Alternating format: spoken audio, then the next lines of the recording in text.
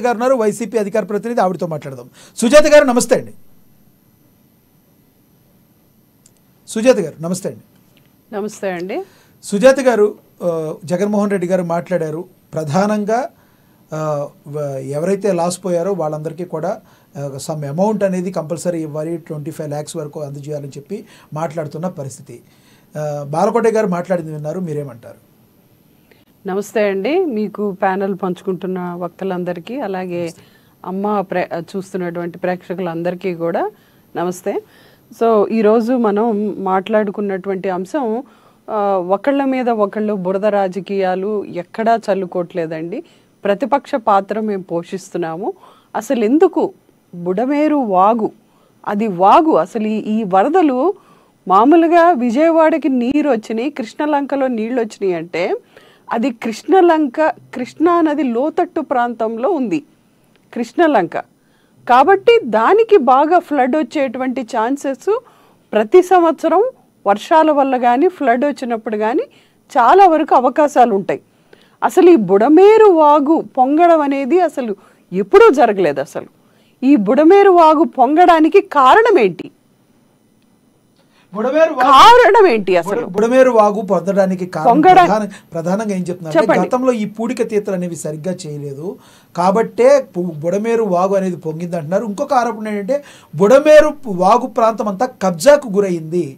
గత 5-6 సంవత్సరాలు విపరీతమైన కబ్జాకు గురవటం వలన ఎక్కడ పడితే అక్కడ కట్టడాలు కట్టడం వలన బుడమేరు వాగులో నుంచి వెళ్ళడానికి వాటర్ అవకాశం లేకుండా ఊరు మొత్తాన్ని ముంచేస్తుందని చెప్పి చెప్తున్నమాట.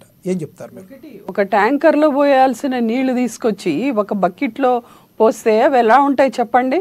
ఈరోజు బుడమేరు అనేటువంటి వాగుకి వెలుగెర్లు అనేటువంటి గేట్లు ఎత్తేయటం వల్ల ఒక్కటేసారి 11 లక్షల క్యూసెక్కుల నీరు బుడమేరు వాగుకి వచ్చి చేరింది. అది ఎందుకు వచ్చింది? అది మేము అడుగుతున్నాం. 28వ తారీఖునే వాతావరణ శాఖ వరదలు వస్తున్నాయి అని చెప్తే మీరు చేసినటువంటి మేనేజ్మెంట్ ఏంటి? అసలు టీడీపీ పార్టీ అధికారంలో ఉన్నటువంటి కూటమి చేసినటువంటి మేనేజ్మెంట్ ఏంటి? మేము అడిగేదేంటి? ఫ్లడ్ మేనేజ్మెంట్ ఏంటి? ఒక్క రివ్యూ మీటింగ్ చంద్రబాబు నాయుడు గారు నిర్వహించారా?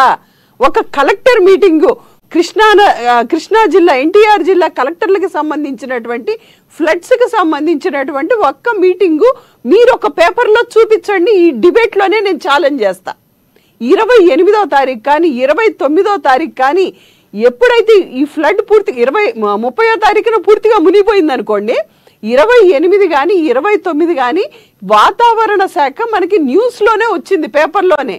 భారీగా అల్పపీడనం ఏర్పడబోతుంది కృష్ణా జిల్లాలో, వర్షాలు ఇంతవరకు నమోదైతాయి అని. అలాంటిది చంద్రబాబు నాయుడు గారు ఒక్క సమీక్ష పెట్టారా? ఒక్క సమీక్ష చూపించండి పేపర్లలో.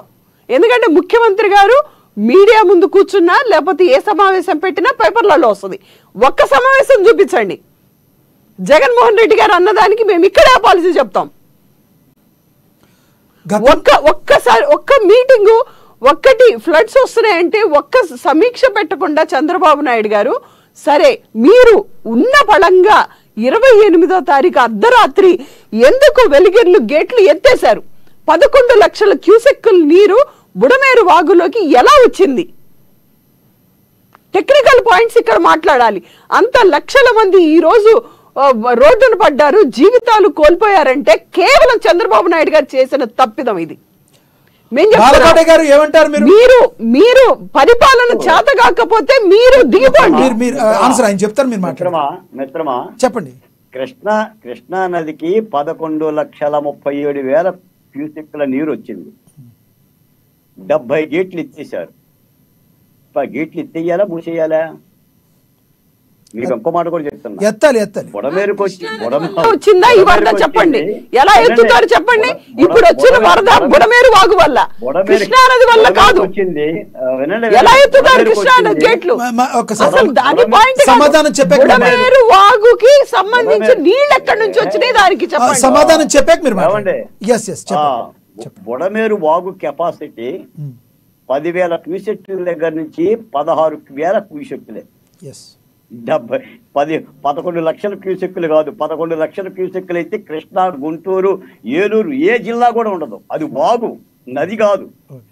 అంటే 11 లక్షల క్యూసెక్లు కృష్ణానదికి వచ్చింది, వాక్కు రావు. ఓకే. వాక్కు వచ్చింది 70,000 క్యూసెక్కులే, దానికి కెపాసిటీలే 15,000 క్యూసెక్కులు. రెండో మాట, వెలగలేరు రెగ్యులేటర్ దగ్గర 11 మామూలుగా రెగ్యులేటర్ గేట్లు ఎత్తేసారు. మరి గేట్ ఎత్తకపోతే మూసేస్తారా నీళ్లు పోవటానికి?